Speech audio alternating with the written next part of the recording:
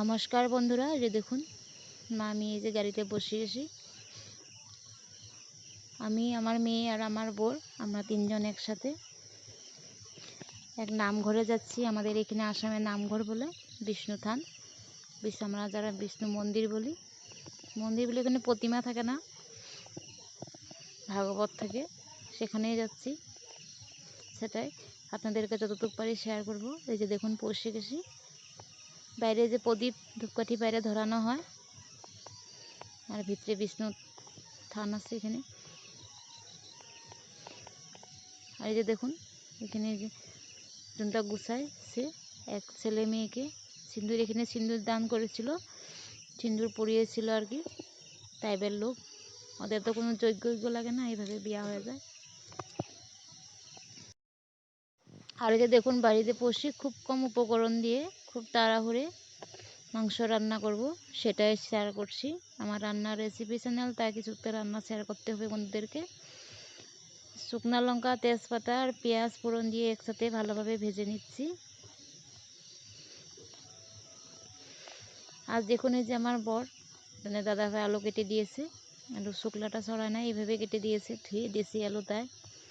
এখন পেঁয়াজ, শুকনো লঙ্কা, তেজপাতা দিয়ে আলুটাকে খুব ভালোভাবে ভেজে নিব।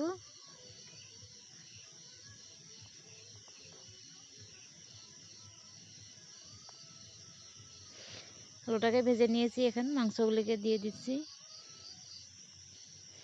মাংসটাকে দিয়েও অল্প সময় ভালোভাবে ভেজে নিচ্ছি।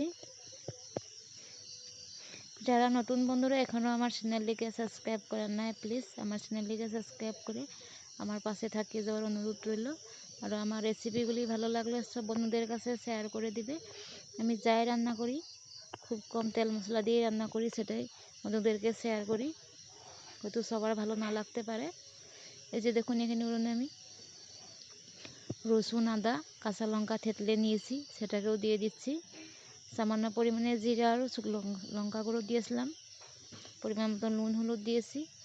এখন সব কিছু দিয়ে খুব ভালোভাবে ভেজে নিব। দুটো টমেটো কেটে দিয়ে দিচ্ছি।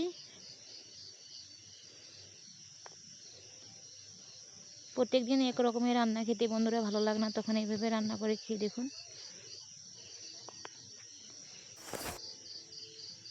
মাংসগুলো আমার ভালোভাবে কষানো হয়ে গেছে। এখন পরিমাণ মতন জল দিয়ে দিব। মাখো মাখো করে রান্নাটি করব। সামান্য ধনিয়া পাতাও দিয়ে দিচ্ছি। এক নতুন রকমের রান্না, বন্ধুরা কেমন হয়েছে কমেন্ট করে বলবে। এভাবে রান্না করে ভাত কিংবা রুটির সাথে খাওয়া যায়। আমার মন্দিরের কিছু মুহূর্ত আরও খুব কম উপকরণ দিয়ে একটি মাংস তাড়াহুড়ো রান্না শেয়ার করলাম। কেমন হয়েছে সবটি দেখে কমেন্ট করে বলবে। আর সবাই যেন ভালো আর সুস্থ থাকে। নমস্কার।